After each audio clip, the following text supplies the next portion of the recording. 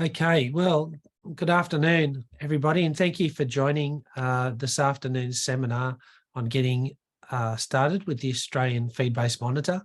My name's Alistair Rayner, and I'm the National Extension and Adoption Manager with Feedbase Labs. Joining me this afternoon on this session is our General Manager, Phil Tickle, and our Customer Support Manager, Jess Patton. So we're really grateful to have so many people registered. I know that there's a few people who are still logging in. We've got numbers growing as I speak.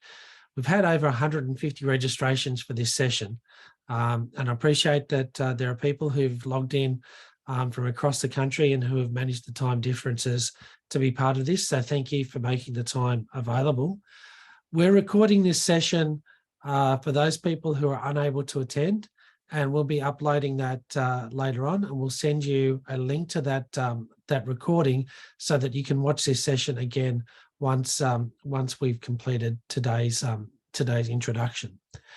So as people are still coming in, I won't go straight into the Feedbase and the live example at this stage.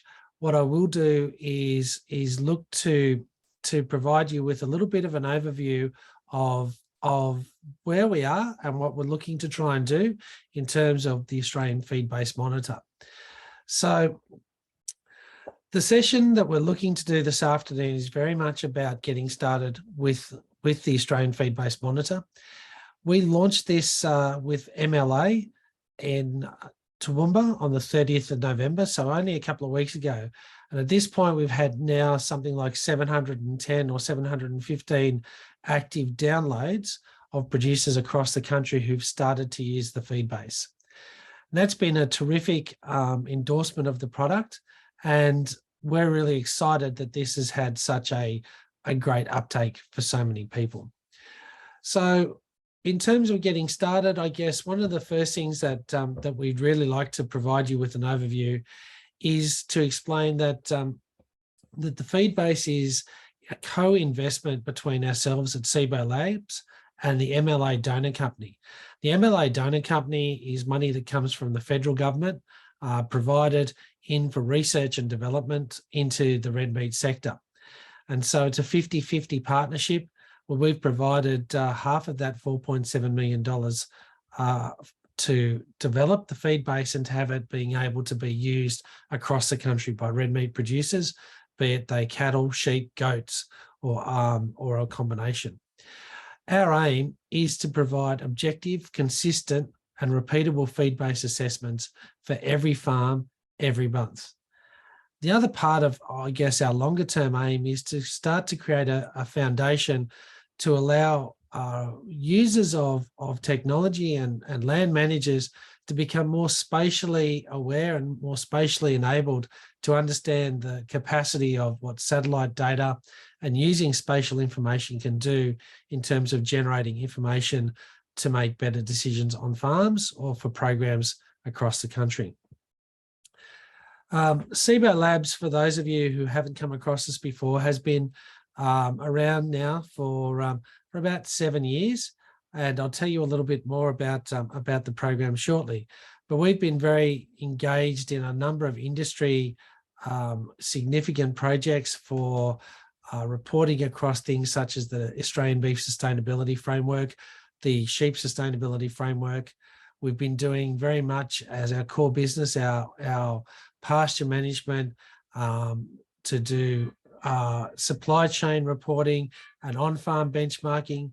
We do field data collection, paddock pasture monitoring to offer across to individuals, corporate entities, and to other people with a vested interest in land management. We're also closely engaged with a number of the other industry providers such as Pear Tree, FarmBot, AgriWeb, and of course our engagement with MLA. We've got a very, very long-term view of our commitment to the industry in terms of trying to provide the best possible information we can to producers wherever they are located across the country. So as a little bit of an introduction into the Feedbase team, we have a very extensive and very highly skilled team.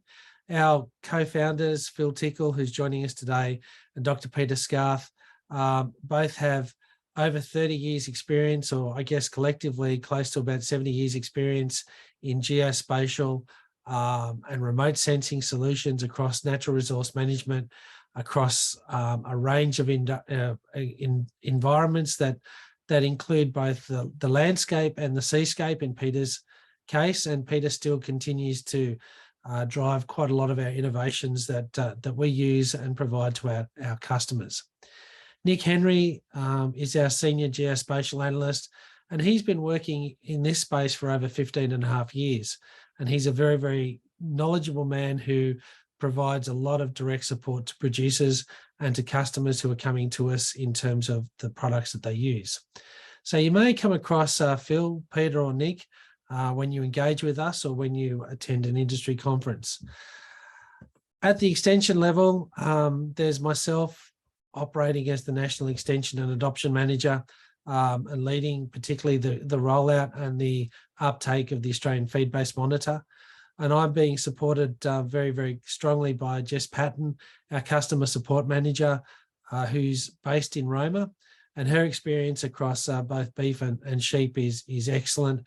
And we're very grateful that Jess is often the first point of contact for a lot of people looking for support on both our commercial services, but also on the feed base. And Wendy Gill, who's joined us in the central west of New South Wales, is also another very highly experienced agricultural advisory officer, and she's got extensive experience in mixed farming qualifications as well as livestock production. We also have a couple of great researchers based in Canberra who do quite a lot of our geospatial work, and we're very, very proud of the strong team that we have. And I think that that's probably one of the key points to raise about the work that we're doing in the Australian Feedbase Monitor. Is this is world-class technology and has never actually been offered to any industry anywhere in the world before, but is also based very, very soundly in very, very robust and rigorously assessed science. And we're very, very confident in the information that we're providing and the technology that we're providing through the Australian Feedbase. So today's session is really about using the Australian Feedbase Monitor and starting to get to use it. So the Australian Feedbase Monitor was created really as an initiative to take what we've been doing commercially with a lot of producers to a much broader cross-section of our industry, and in fact to allow every red meat producer and land manager the opportunity to have that spatial awareness and that accurate, up-to-date information on their pastures. And we know that most producers, while they would regularly feel that they've assessed their pastures, often have inconsistencies in both their pasture assessment, or there are areas across their paddocks that they are not necessarily seeing on a regular basis, and so don't really have an accurate reflection of their total standing dry matter or their ground cover or the changes that are happening over time. And part of the initiative of using the Australian Feedbase Monitor is to get people to make that first start across understanding the trends and changes of both their total standing dry matter over the years, but also then to be able to think about how they might strategically use that information to make better farm management and livestock production decisions. The way that we've designed the AFM in partnership with MLA and through the MDC funding is to be driven through a My MLA account. And so for those of you who've already started to use the tool, you'll be familiar with this, but there are a number of people who haven't quite progressed as far along the process of starting with the AFM as others. The first thing that you will need to do is to have a My MLA account. One of the valuable things about that is that it will allow you to access all of your MLA information, ranging from your NLIS and LPA information through to your livestock data link, but it also then becomes part of the pathway for you to use the Australian Feedbase Monitor on a regular basis. You then need to be able to link your livestock production assurance, your LPA account, across to your My MLA account. The AFM is driven around the spatial awareness of your property, which we need to connect to your LPA or to your PIC number. And only you are able to do that. And once you do that, you then become in control of that information, and only you'll be able to see the information relating to your standing dry matter, your ground cover, and your tree changes on your property. Once you access the AFM, you then are able to start to update your details and to enter your profile, select your location, and to then choose your land parcels, and then to generate some information.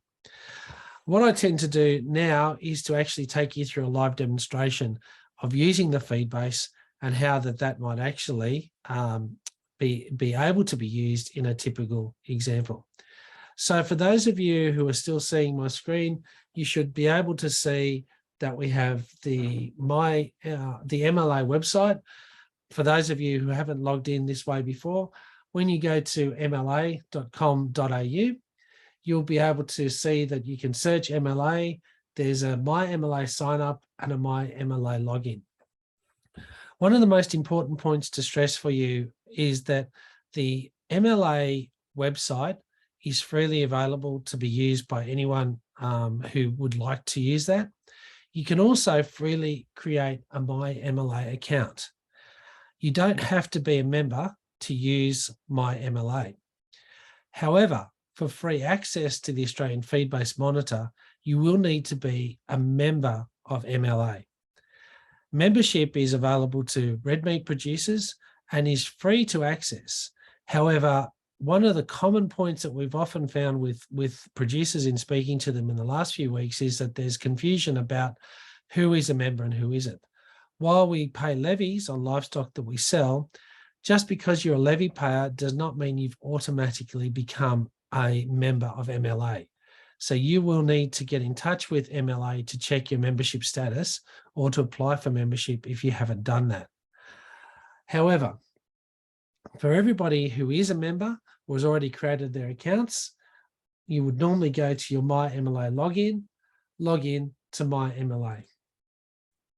Once you've done that, you'd enter your password and your username, and you would end up having to agree to some of those notices around the livestock that you're interested in, and to personalize your dashboard. And you'll notice that in doing that, your dashboard will come up with your location. And as it generates from your location, the postcode that you've placed into it, the Australian Feedbase Monitor will start to generate a graph for the postcode, or you can edit your locations if that's not your postcode. For example, if you were living in Tamworth 2340, you can add that as an example of where you might live and add that. That location will update. And by choosing that location, we see here the postcode for the Tamworth region. Now, what that graph firstly means is that we've got here a yearly comparison, month by month, the total standing dry matter for all locations within the 2340 postcode. So it's not necessarily reflecting where your individual property might be located within that area, but this is saying that across that region or that postcode area, the purple line of 2022 shows that the season's tracking still pretty well compared to 2021. There's a slight difference there of about 200 kilos of total dry matter between those 2 years at this point, but significantly better than 2020, 2018, and 2019. So you can look to see how those years have progressed and what might be happening.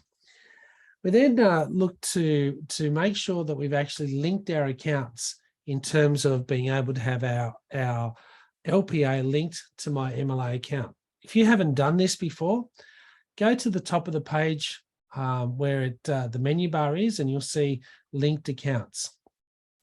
By clicking on link more accounts, it will bring up the options that you might have to link accounts to your My MLA. I have an LIS user account, and I have 3 accounts for various PICs that I'm entitled to use. If I wanted to, I could also link an account for MSA or for my livestock data link. If you haven't linked your LPA account, it's fairly straightforward. Just click on this link account option here, and this will bring for you the link account to LPA. You enter your appropriate pick or the picks that you would like to link. In the first instance, if you have one pick, just type that pick into that box. You need to complete your LPA user ID and your LPA password. Once you've entered those, click Add Property, and it will be linked to your account. It will then appear in that list of accounts that are linked under LPA to your My MLA. Once you've done that, you can then go back to your dashboard and go through to the SIBO Labs webpage. The easiest way to do that in the first instance is to click on the Find Out More, and this option will take you through to the Australian Feedbase Monitor program. Now, this is where quite a few people have approached us with a few questions, which says that user does not have an MLA membership linked to their My MLA profile. And for me, I'm not eligible to be an MLA member, so I'm not surprised to see that. However, there are a number of people who do have an MLA membership and have been receiving that error message. One of the important things to note is that your original application to join MLA may have been with an email address that you are no longer using or have no longer had linked to your My MLA account. And so the two might actually be different, and you will need to speak to MLA membership to have that corrected. Secondly, you may receive that if you're not actually an MLA member. And again, that could be because you've assumed that membership is automatic as a levy payer. And unfortunately, you do have to apply, as that is part of the voting rights and the requirements under the MLA operations. So you can choose to apply for MLA membership directly through this button here. However, if you are unsure or you're receiving this error code and you know you're an MLA member, you can contact membership at MLA via email, or to contact them on this 1-800 number, 1-800-023-100. So when you receive this notification, or if you do, please make sure that you read it and consider the two options that you need to work through. Linking your LPA account, which I've already spoken to you about.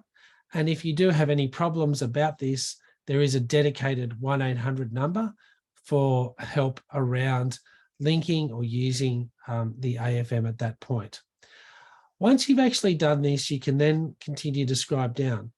You can still access the Australian Feedbase Monitor as a non-member, as I am, or as a consultant or an advisor. I can choose to subscribe, and after a free trial period, I will then be offered the opportunity to continue to use that on a subscription basis. Just because I choose to subscribe does not mean I'll be automatically billed. We do have a trial period, and at the end of that trial period, we will contact you and ask you if you would continue to use the service under a subscription basis.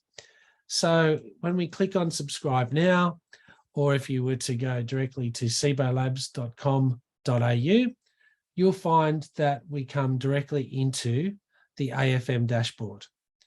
And this takes me directly into that because I've logged through and created that account already. For first-time users, you will actually be directed to a slightly different screen, which will ask you to agree to the user privacy advice, and then to provide your name and parts of your profile, which will help establish your dashboard profile picture. Once you've done that, your dashboard will bring you to this point. I already have a client's farm loaded into this dashboard that I use regularly. But if you notice across on this side that I still have farms that are attached to PICs that I haven't set up yet. And I'll actually take you through how to set up a farm and the way to do that in a couple of easy steps. The first thing is to do is to look across here where it says set up farms and click the button that says Set Up Farms. You'll notice then that there is an agreement which I can agree to view the privacy policy, view the license agreement, and I've already agreed to do that to use it. My profile is updated there, and I can update that. And then my final step then is to set up my farms. I will choose this location, QCZZ8888, to set up as the example for today. The first thing that you notice by clicking up farm is that the farm details come up with that PIC number. I cannot change that. That is set, and that is based on the linking information that I provided when I first went into my MLA. I then choose to use the name of the farm. So I will call this the SIBO Labs location. And once I've named that farm, I then need to start typing the location into. It's very important that you type in your address and your postcode. We use Google Maps to start to locate the property. And we all know that Google Maps in some areas is not 100% accurate to where your front gate might actually be. So you will need to do some fine tuning yourself with the map to the right-hand side of the screen once you've typed your address in. So if I was to type in this location, Canyon Lee Road, Canyon Lee, New South Wales, you'll notice that I still haven't got a postcode in there. So we need to know the postcode for Canyon Lee, which most people might be aware of. But if we were to type that in as postcode for Canyon Lee is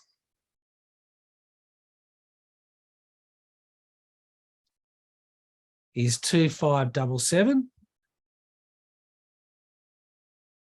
And that will allow us Canyon Lee, and we also need to put in a suburb, Canyon Lee. This will start to bring for us a very fine version of the map. Because I haven't put a street in here, I need to look for where I believe my land parcels to be.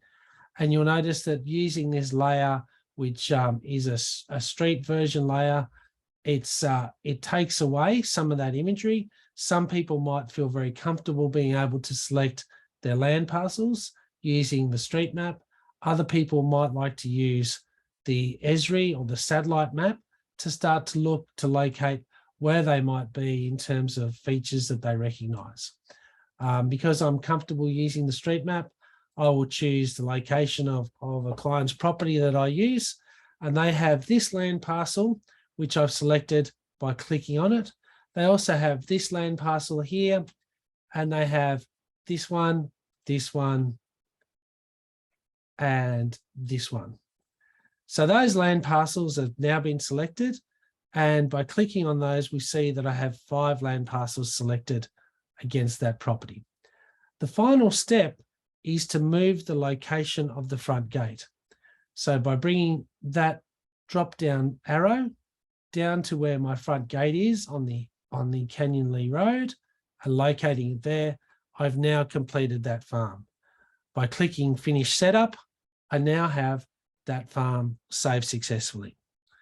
So I can then go to my dashboard, and I now have 2 farms located against my name and against my dashboard. I then have the opportunity to start to look at both of those in 2 ways. The first way is to look at our map.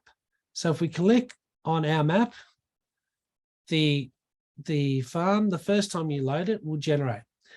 Now, one of the common questions that we get straight away from people is, this is a very blurry image with lots of colors and I can't understand what it is. By clicking over here, we're showing you the legend.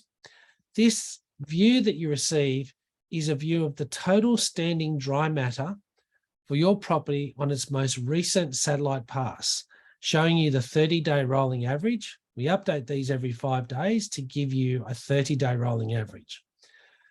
Total standing dry matter refers to exactly that, the total amount of standing dry matter in your paddocks. This doesn't separate for you green material or dead material. It is showing you the total amount of pasture mass that you have within your property. What we don't provide a report on, and you might notice over here, these areas with no colours at all, is areas that have greater than 60% tree cover. So within this location, there are some areas that are heavily timbered where there will be no data on total standing dry matter. But for the remainder of this property, for each of these land parcels, the colour changes that we have over here reflect, as you can see, the levels of total standing dry matter across this property. Each square within this property represents 1 hectare. So this property in total has 6,500 hectares, and there are 6,500 squares within this group showing us this range of colour across the property. The idea really is for you to start to look at this and to start to see where are the areas where there's significant amounts of pasture biomass versus areas where there's significant amounts that are less than what we would consider to be important for us in terms of management for livestock or potentially for ground cover. You can zoom in, and as you zoom in, you'll notice that the resolution and the blurriness does change a little bit. Once you've found and located your property, you can move that around a little bit, and then you can start to have a comparison over months. So if we have a look at December, the most recent view for December, if we have a look, this was November, October, September, August, July. So you'll be able to see by clicking on this slider bar the transition as we go from winter across into early spring or to mid-spring, where we're starting to see fairly significant declines in total standing dry matter across most of that property. But then that changes in October, changes again in November, and by December, most of our property is starting to respond and provide significant amounts of dry matter. What we can then do, if you wanted to have a bit of an understanding about the range across that property, is to click on the particular land parcels. Each land parcel, and there are 5 within this location, has its own graphs to be generated. Clicking on the land parcel generates these 2 graphs. The first graph shows the range of total standing dry matter for that location, for that land parcel, comparatively from December 2022 back to March 2017.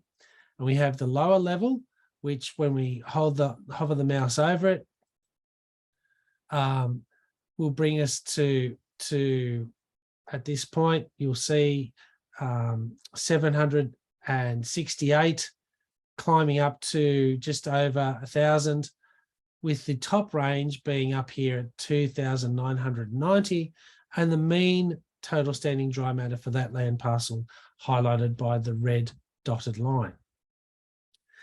Now, in large land parcels, that might be less valuable for you because that land parcel might reflect 5, 6, 7 different paddocks. And so you probably want to be thinking about the potential range across those paddocks from upper to lower levels, but also what your average might be across those paddocks. That would then help you refine some decisions around whether you needed to consider assessing the total standing dry matter for the amount of green or dead to make some decisions that you might like to put into place around stocking numbers or supplementary feeding programs, refining it based on that range or that graph across that land parcel. The lower graph shows you the annual total standing dry matter comparison for this land parcel against the previous years, going back again to 2017. So again, you can start to look at this and do a comparison about whether this year is better or worse than previous years.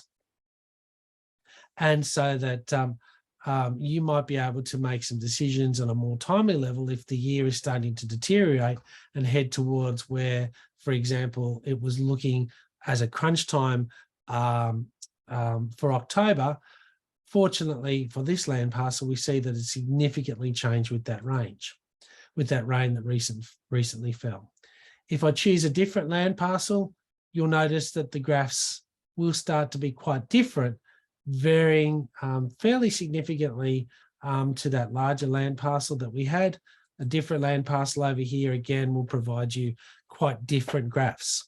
So it is worthwhile to take some time to look at the variation across your country and across the land represented there, to know that you do have, in some cases, very extreme ranges from upper to lower levels, and that your median may not always be the same across your entire land parcels, and certainly your season may not always be the same depending on which land parcel you're looking at. If you wanted to then compare across your entire property, by selecting on the locator pin for your front gate, this will take in the total standing dry matter across all your land parcels. So this becomes a valuable tool for people who are looking to see what they have to play with in total. So their lower level, the lowest amount is just over 1,100 kilos of total standing dry matter, up to just over 3,000 kilograms of total standing dry matter. And on average, it's reflecting at about 2,000 kilos of total standing dry matter. Now, again, it's not showing you the difference between green or dead, but this could give you some planning opportunities to know how your season might be tracking and what decisions you should be making around your livestock, given the amount of total standing dry matter you have on offer. The lower level graphs down here show your seasonal change compared going back again to 2017. Where this has been of some value to clients so far has been to look at both the way that this season has progressed compared to some recent seasons, and to change timings around sales or other decisions based on the trends that they've observed and the room that they have in terms of livestock numbers and carrying capacity.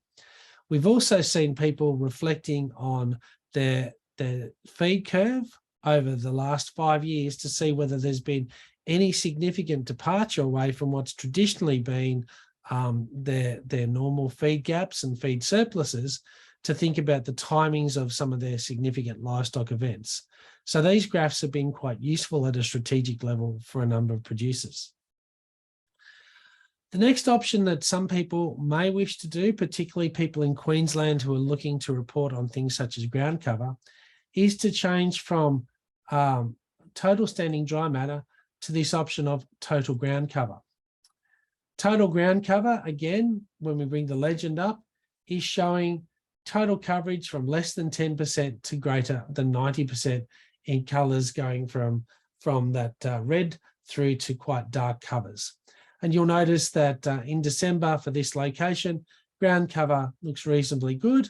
However, we can start to see that, except for periods where there's been intense cloud, where there's no reporting, we can go back and look at the transition over August, July, June, and we can see those changes in ground covers that may or may not reflect seasonal changes, livestock carrying numbers, or other events. And this can be quite useful for people who are looking to do reporting. And by clicking on this, you can still look at that pasture range if you'd like to, but you won't get at this point a graph showing you the variation in ground covers for those particular land parcels.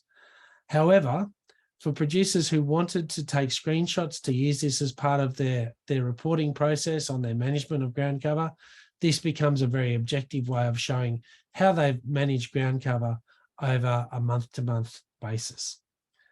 Our final layer that some people may also like to use is, again, our woody cover, where we can start to look at the changes in woody cover from primary forest, primary woodland down to non-woody, changes through to secondary woodland. And again, you need to look at the colour legends to determine how those changes might be. But this information is historical information going back as far as January 1991. So you are able to see the changes that might be occurring across your property as part of your land management, or if you needed to do some reporting in terms of how you might actually want to try and provide that information.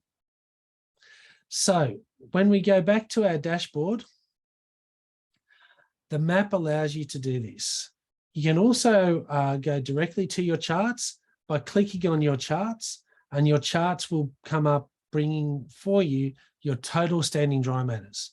So this allows you very quickly to go, if you're just really interested to know what your graphs are looking like and not necessarily looking for the imagery, we've provided this so that you can quickly go in and have a look at how your months are tracking as the rolling average continues, comparing across the previous years. If you needed, for whatever reason, to change or to make differences to your property, you can then go back into Manage Farms. So again, if I click on this Manage Farm option here, by clicking on Manage Farms, you can deselect locations by clicking left-hand buttons, and this will remove those particular particular land parcels out of there. Now, there really is nothing to stop you legally. We can't prevent you from selecting a location that doesn't belong to you, but and generating graphs that way. However, you'd have to know the land parcel that you'd be interested in, the actual location, and have a specific reason to be able to do that. We cannot, as users or as government workers or independent consultants, actually use the AFM to generate graphs on anyone's location, because we need to have a PIC, a PIC, and an LPA linked to our account to actually allow us to create farms. And so the only way that we can do this, other than having for us as users of the system, this example PIC, the only other way that we can actually show you to use this is to have a client provide us under an agreement with their details so that we can link it to our account and use it that way. So in terms of data security, you can be very certain that the people next door, people that you do business with, can't generate graphs or information about your property without your permission. So your information is secure, and it's secure because you are the person who has linked your LPA to your account, and you choose your land parcels and locate your farm that way. When you're completed or you'd like to change your farms, you can simply, by going into Manage, go down and delete your farms, cancel your setups, or change from wherever you would like to be. So this is very simply the way that the AFM works. And for most producers, this is a very good starting point. This is a very good starting point into some of our products that might allow you to then want to know a little bit more. Our commercial service, our pasture key service, offers much more high resolution information based on 10 meters rather than 1 hectare. It allows you to update and manage information around individual paddocks and provides you with a number of other levels of information associated with your particular land parcels. Now, there are a number of people who've asked us, and we will go into, I think now, our question and answers, a little bit more information. So if we go back to some of those, and I note that Rachel Dorney has a question about 2 farms under 1 PIC. At this stage, you can use that single PIC for both of your farms, Rachel. What will happen, and until we create a new graph for you, is your graphs will be associated with the land parcels that are connected to both of those farms. So for example, when you create your farm, and it might be, just as an example, if I, as an example for you, Rachel, if we were again to say QC ZZ 888 was to be your farm, and I'll just call it Dorney as the example, and we'll just say, for example, that you live in Glen Innes. I don't know where you might live, so that's okay. So this is a agricultural research station as an example. And we might find, for example, Rachel, that your farm is this property here and that property there. but your other property is located down to the south of Glen Innes, and that land parcel and that land parcel. So you'll see that you have two land parcels there associated. They're actually separate, so they are two separate farms, but you've selected those land parcels.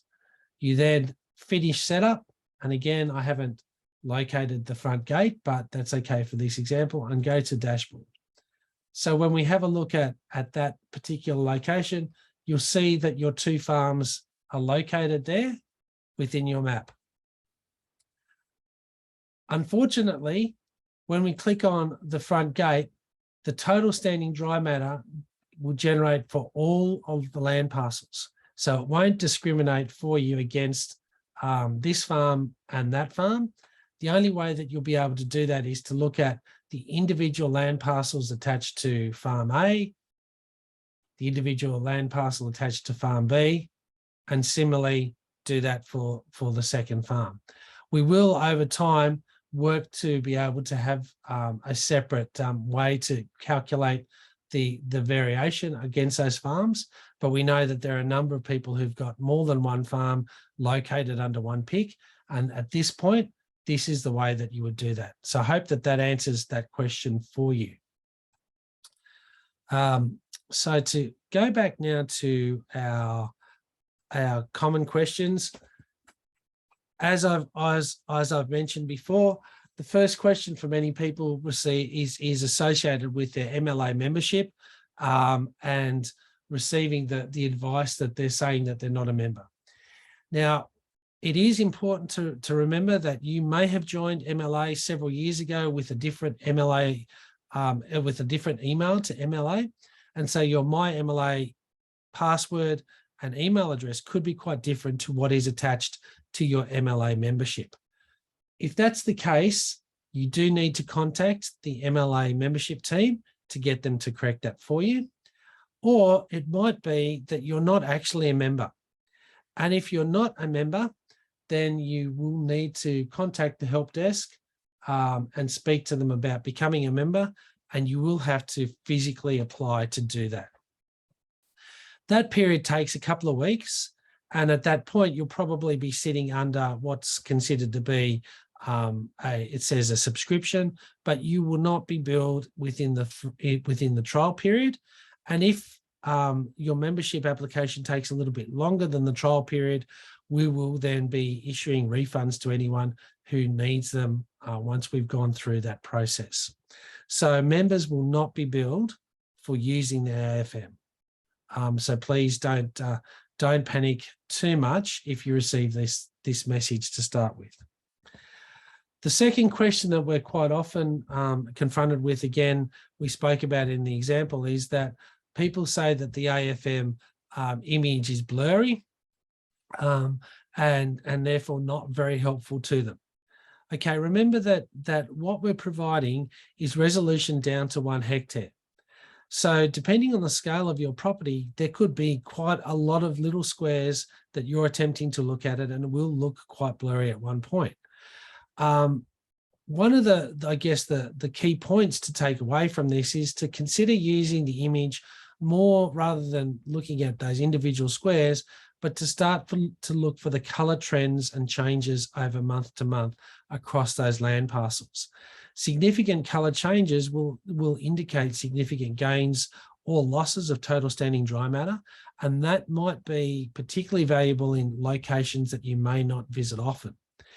If you are looking for greater resolution or much finer accuracy, then the commercial service pasture key might be something that you need to consider. In the first instance, however, I think using the graphs and using the color trends will be quite sufficient for a lot of producers to give them a better understanding about how the season is impacting on their total standing dry matter across their entire property. So that, I think, is probably one of the important takeaways in that instance. The third most common question that we often get is associated with people who talk about validating their pastures. And we've had a number of people who've got in contact with us to tell us they believe that the information they've seen on the AFM is not as accurate as it could be. We use and process over 7,000 images to create these maps. But part of the validation of the maps and the information we're providing is over 5,000 field calibration sites. And that number is growing each week.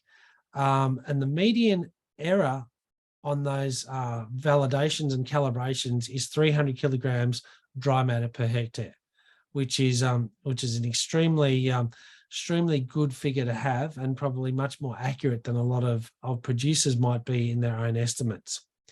One of the ways that we encourage you to think about recording and calibrating for your own location, particularly if you're in areas where you think that that the satellites are not really reflecting the accuracy that you would like, is for yourself to go and create your own calibration information, which can be uploaded and used as part of our modeling. We have an app which can be downloaded and used on tablets or mobile phones, which is free to download and use.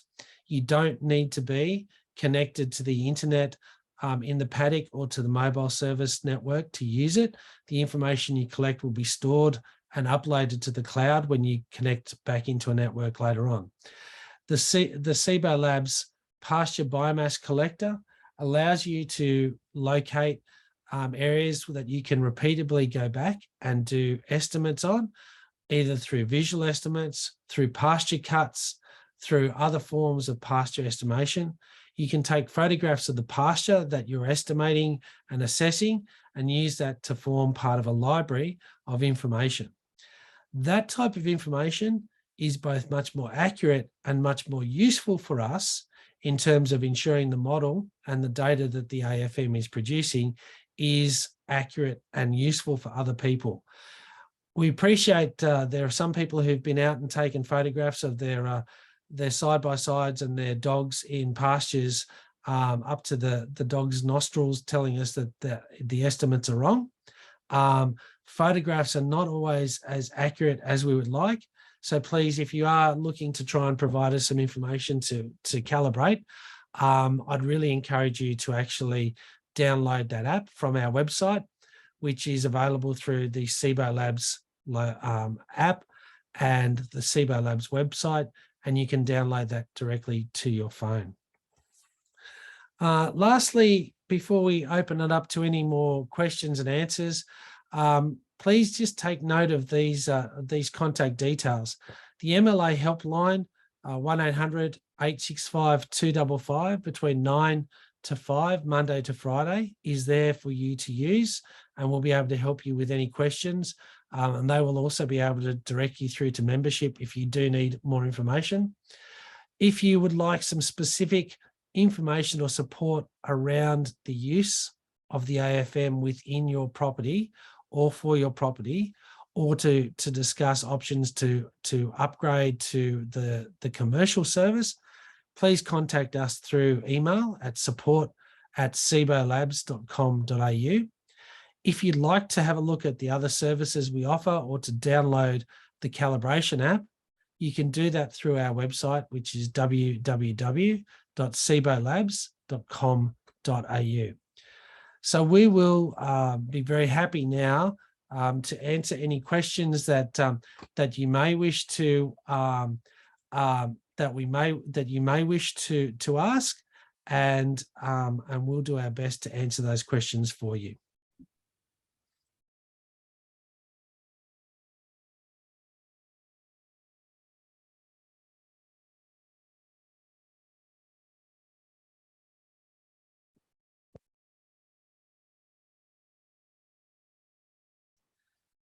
Okay, it doesn't appear that there are any questions coming in, and that's okay.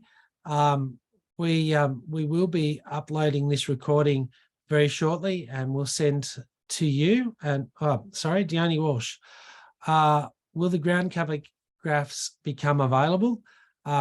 Phil is going to type an answer to that, but there are obviously a number of enhancements that we are looking at and considering to put within the program. So Phil, you can answer that live if you'd like, if that's quicker than typing. G'day, Dione, you there? Yeah, we've currently got the ground cover reports available through the My Farm Key application.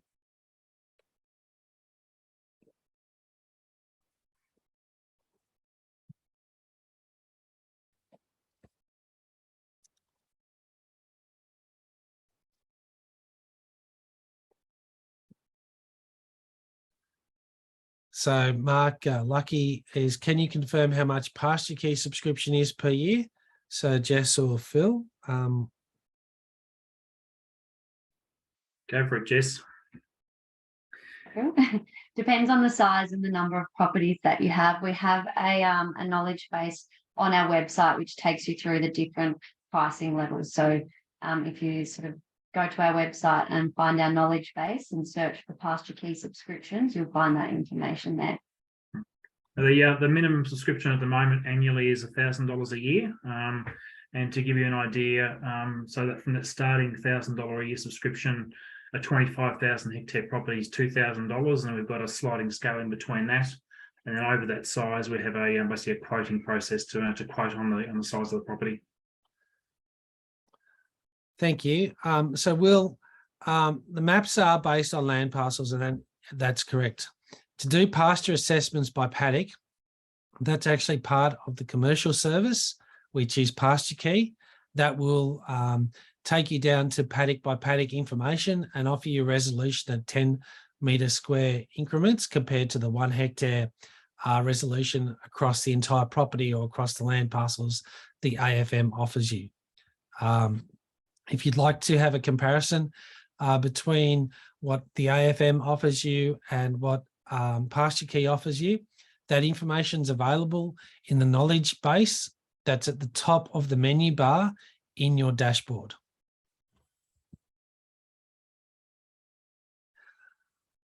So Bruce, I'll read this one out, and Phil might like to answer this one.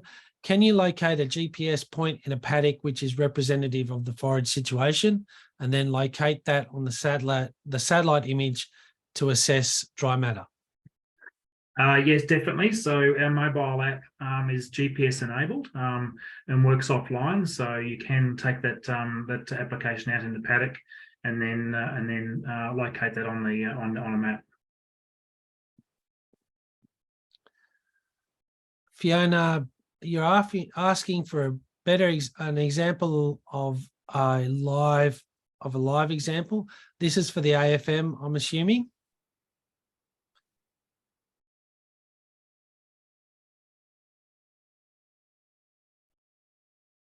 Or of Pasture Key.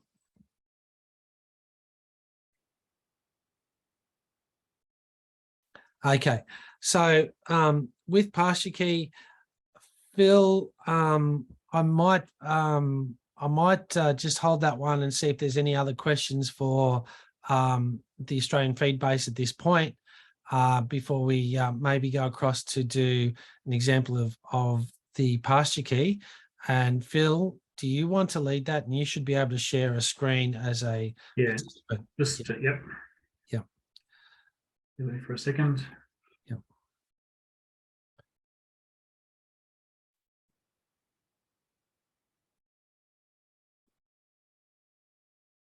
Won't be long. I'm just going to go and grab a property that's happy for us to a demonstration property here. Yep. Okay, so you're allowed to let me share the screen there. Do I have to let you do that? Share screen? Okay, it's asking me the host to be enabled. Multiple panelists can share simultaneously. You should be able to do that now.